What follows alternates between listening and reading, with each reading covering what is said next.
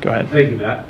In light of a January 9 Israel Knesset member-led meeting in the Knesset condemning the UN agency, UNRWA, for fostering a welfare-dependent Palestinian population that breeds dissent and teaches children in their textbooks that the land is Palestine and Israel is the illegal occupier, with other instruction to hate and kill Jews, plus their association with terrorist groups like Hamas and Palestinian Authority.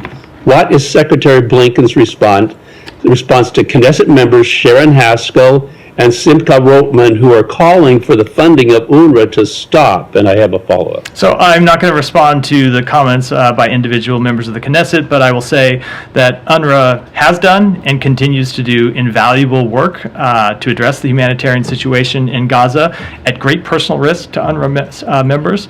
I believe it's over 100 UNRWA staff members have been killed doing this life-saving work, and we continue to not only support it, but we continue to commend them for the really heroic efforts that they make oftentimes while making the greatest sacrifice. The follow-up is, how can you expect Israel and other nations to believe that the UN agency, UNRWA, is a credible humanitarian agency since, according to Jerusalem Post reports, UNRWA teachers and students celebrated Hamas' brutal attack on Israel October 7, and over half of the Hamas terrorists behind that massacre were graduates of UNRWA schools in Gaza, and weapons were found in UNRWA schools. Well, I think most people in Gaza are graduates of UNRWA schools. They are one of the leading, if not the leading, providers of education. So I think that's a little bit of a, there's a little bit of a breakdown in logic there. But I will say, I'll answer the question by saying, look, whenever we see reports of that nature, we ask specific questions about UNRWA and ask that they be followed up.